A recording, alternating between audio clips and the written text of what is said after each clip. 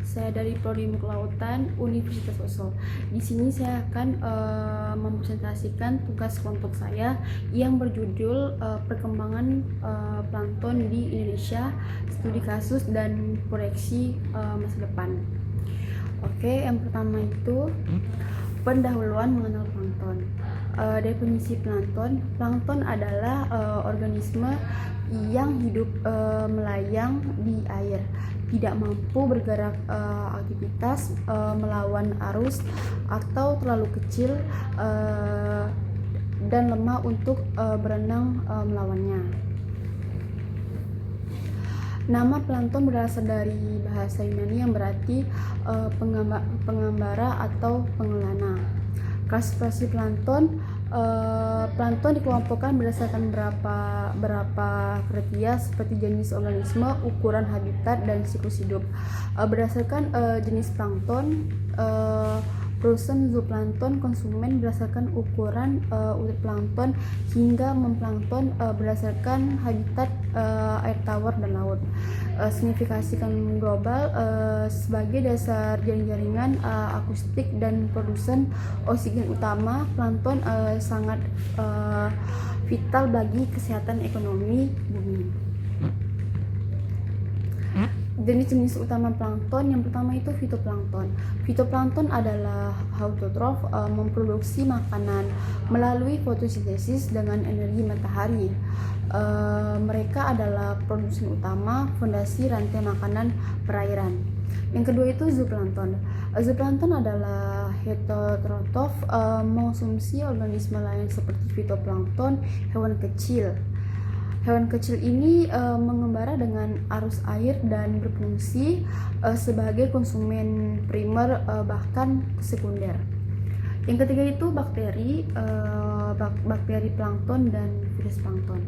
Bakteri plankton vital dalam siklus nutrien. Fitoplankton menginfeksi plankton lain, memengaruhi populasi mikroba dan aliran nutrisi. Keduanya penting untuk dekomposisi dan registrasi. Terus distribusi plankton di perairan. Kondisi geografi Indonesia yang strategis sebagai negara kepulauan sebesar menjadikan perairan sebagai sumber daya penting bagi dinamika oseanografi global. Yang pertama itu karakteristik oseanografi Indonesia. Indonesia sebagai material kontinen memiliki arus samudra dan siklus termohaline yang kompleks, mengaruhi distribusi nutrien dan biota. Yang kedua itu faktor lingkungan penentuan sebaran. Yang pertama itu arus dan gelombang laut, suhu dan salinitas air, kandungan nutrien cahaya. Yang ketiga itu keunikan biodiversitas plankton. Diantom sing dominan di perairan Indonesia, kepadatan fitoplankton di Teluk Jakarta 6 kali lebih tinggi dan Laut Jawa yang berdekatan. Sudah itu metodologi studi plankton. Yang pertama itu teknik sampling menggunakan jala plankton, pompa air, dan chemical samplers. Yang kedua itu meliputi metode kualitatif dan kvantitatif. Yang ketiga itu sampel diawetkan dengan larutan formalin. Yang ketiga itu penerapan metode purposive random sampling. Yang kedua itu analisis laboratorium. Identifikasi spesies plankton di bawah mikroskop. Sudah itu kuantifikasi jumlah untuk densitas populasi. Yang ketiga itu studi diversitas dan kelimpahan ekosistem. Yang keempat itu observasi detail karakteristik spesimen. Yang ketiga itu aplikasi penelitian. Metodologi ini memungkinkan studi sistematis untuk memahami dinamika populasi, pelaku, dan ekologi plankton. Plankton berfungsi sebagai indikator vital kualitas lingkungan perairan dan mendukung pengolahan sumber daya air. Studi kasus 1, kondisi plankton di Teluk Jakarta. Penggambar studi Teluk Jakarta adalah wilayah perairan strategis menghadap tekanan antroposis intensif. tekanan antropogenik dan kualitas air, masukan material organik dan material besar memicu dinamika biokimia kompleks di Teluk Jakarta. Nutrien berlebih dampak signifikan pada ekosistem pesisir, termasuk gangguan metabolisme karang. Terus kelimpahan dan komposisi plankton, fitoplankton dan zooplankton kita sebagai pakan alami dan produsen organik utama.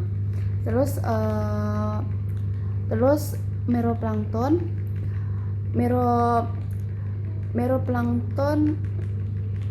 didistribusi.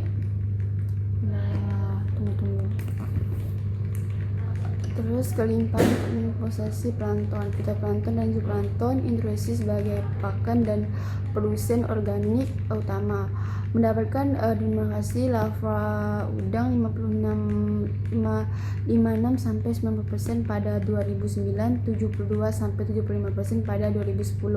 Perubahan komunitas plankton, dinamika komunitas plankton di Teluk Jakarta menunjukkan perubahan seiring waktu. 2009 studi komunitas, 2020 blooming fitoplankton. Sudah itu studi kasus 2 plankton di Laut Jawa.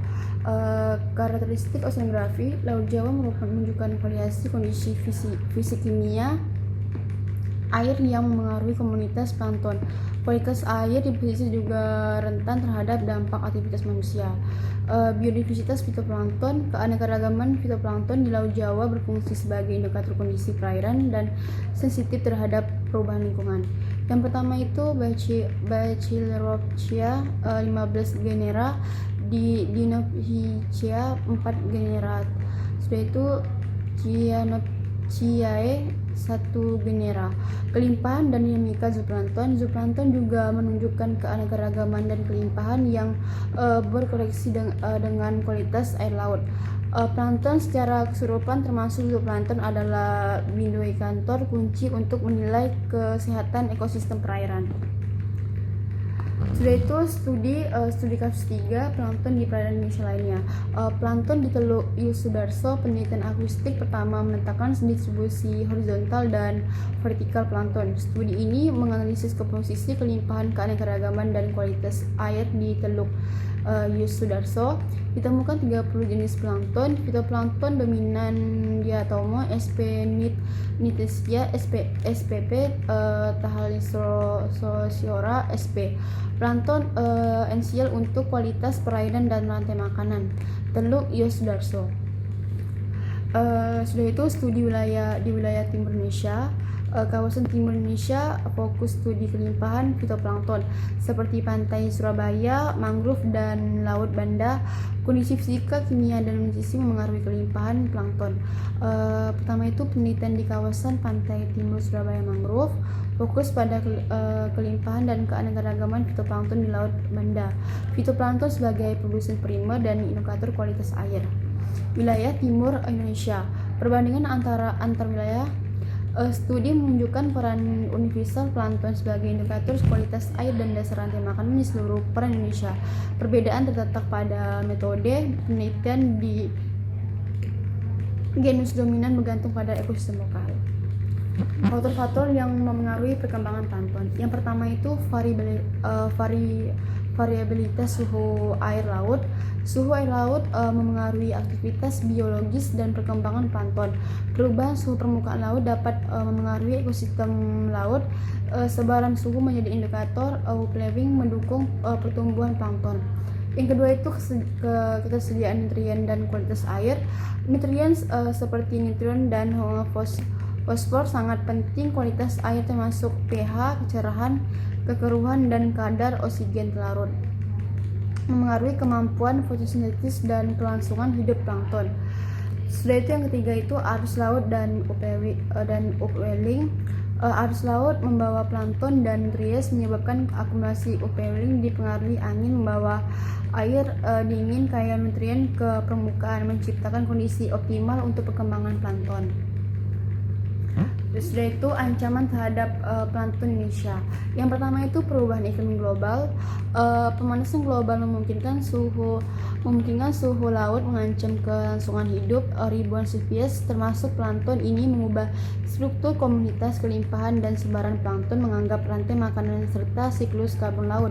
Yang kedua itu pengasaman laut. Penyerapan CO2 atmosfer oleh lautan menurunkan pH air laut. Pengasaman ini menghambat membentuk cangkang organisme kalsium karbonat untuk jenis plankton tertentu. Akibatnya ekosistem laut menjadi lebih rapuh. Yang ketiga itu pencemaran dan eutrofiasi. Limbah manusia memicu ledakan alga berbahaya. Eutrofiasi mengurangi oksigen dan meracuni plankton. Mikroplastik juga menjadi ancaman serius bagi kelangsungan hidup mereka di perairan. Dampak penurunan polusi plankton. Yang pertama itu ada gangguan rantai makanan laut. Menurut plankton, penggangguan dasar rantai makanan laut mempengaruhi organisme dari zooplankton hingga ikan besar ini mengurangi kesediaan makanan dan mengancam keberlangsungan hidup spesies laut. Yang kedua itu ada produksi oksigen global. Fitoplankton menghasilkan sebagian besar oksigen bumi. Menurutnya, dampak mempengaruhi produksi oksigen mengancam keseimbangan atmosfer. Yang ketiga itu ada implikasi terhadap perikanan. Menurutnya, plankton mengurangi sumber makan utama biota laut. Ini berdampak pada hasil tangkapan, industri perikanan, dan ketahanan pangan global. Lanjut lagi ke peran krusial plankton dalam siklus karbon. Yang pertama itu ada penyerapan karbon dioksida atmosfer. Fitoplankton menyerap CO2 dari atmosfer melalui fotosintesis, mengubahnya menjadi bahan organik. Proses ini krusial dalam mengurangi gas rumah kaca dan menghasilkan oksigen. Yang kedua itu ada sekuestrasi karbon laut dalam. Karbon yang diserap plankton disimpan di ekosistem laut sebagai tenggelam ke dasar sebagai bahan organik mati, mengunci karbon dan jarak panjang. Yang ketiga itu ada kontribusi mitigasi perubahan iklim.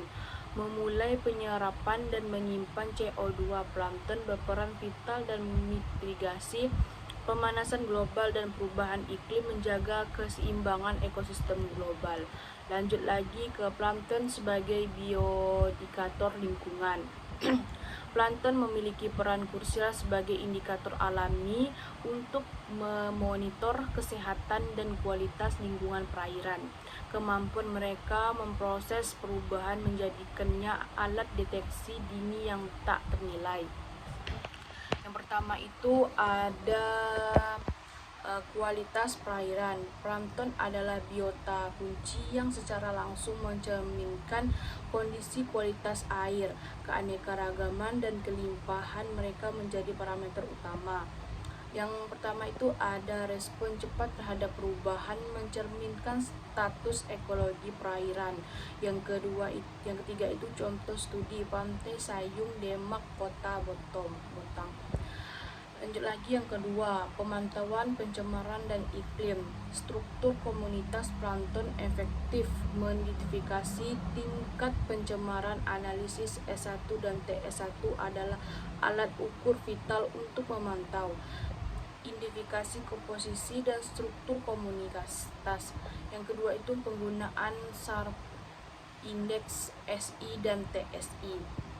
Studi kasus Sungai Berum. Deteksi yang ketiga itu ada deteksi dini ekosistem. Servitas plankton memungkinkan deteksi awal masalah ekosistem. Ini krusial untuk mengintervensi tempat waktu dan mitigasi kesembuhan. Indikator kesehatan lingkungan perairan, predikator dini gangguan ekologis, mendukung keberlanjutan ekosistem.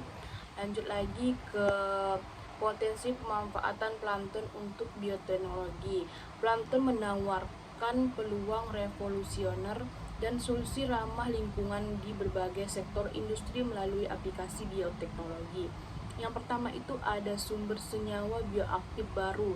Plankton termasuk fitoplankton dan rotifera kaya metabolit dan senyawa bioaktif laut dengan potensi besar untuk obat dan industri. Lanjut lagi ke yang kedua, produksi biofuel dari mikroalga. Mikroalga menghasilkan biomasa dan lipid tinggi menjadikan bahan baku ideal untuk biofuel, solusi energi terbaru. Yang ketiga itu ada aplikasi dalam farmasi dan kosmetika. Senyawa bioaktif plankton berpotensi besar untuk memperkembang obat-obatan suplemen serta produk kosmetik inovatif. Lanjut lagi ke inovasi dan tren penelitian plankton.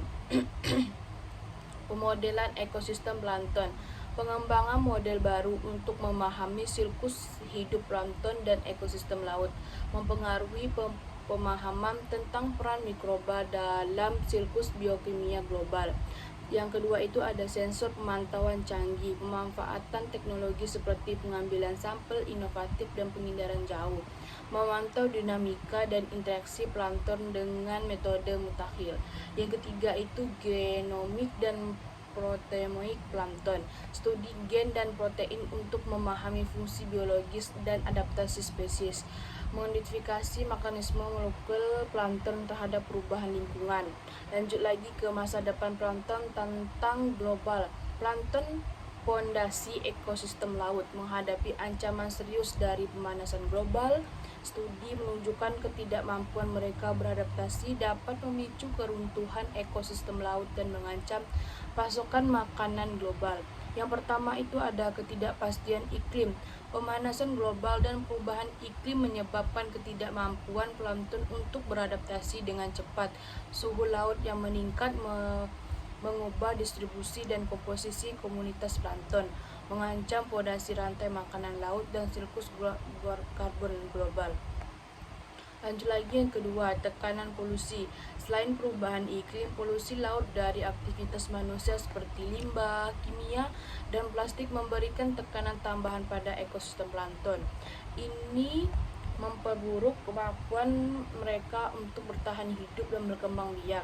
Yang ketiga itu ada kesenjangan data dan penelitian. Meskipun ada kemajuan dalam pemantauan, misalnya satelit NASA PACE, masih terhadap kejahatan dan data signifikan. Diperlukan penelitian lebih lanjut untuk sepenuhnya memahami respon plankton terhadap perubahan iklim dan dampak pada ekosistem laut. Lanjut lagi ke masa depan plankton, peluang dan solusi. Yang pertama itu kebijakan konservasi laut, perumusan dan pelaksanaan kebijakan tata ruang laut nasional, peluasan kawasan konservasi laut dan pelindungan ekosistem, penerapan rencana tata ruang laut komprehensif. Yang kedua itu ada inovasi pengolahan lingkungan, diversifikasi pangan berbasis plankton sebagai solusi keberlanjutan, teknologi energi terbarukan transplantasi plankton, peran plankton dalam mitigasi pencemaran laut. Yang ketiga itu ada edukasi publik dan kesadaran. Pentingnya memahami peran vital plankton di ekosistem laut, meningkatkan kesadaran dampak mikroplastik terhadap biota laut, mendorong partisipasi publik dalam menjaga kelestarian laut. Lanjut lagi ke peran plankton dalam ketahanan pangan global. Yang pertama itu ada dukungan untuk perairan terhadap plankton adalah pangan dasar rantai makanan laut eksis untuk menjaga stok ikan dan biomasa. Ini mendukung keberlanjutan perikanan tangkap global. Yang kedua itu pemanfaatan dalam aquaculture, sumber nutrisi dan bahkan alami bagi larva ikan, menjaga kualitas air dan menyediakan oksigen, uji kesehatan hewan budidaya. Yang ketiga itu ada potensi sebagai sumber pangan alternatif. Dengan nutrisi tinggi, plankton berpotensi jadi sumber pangan alternatif langsung bagi manusia. Definisi pangan berbasis plankton adalah solusi inovatif untuk ketahanan pangan global di masa depan.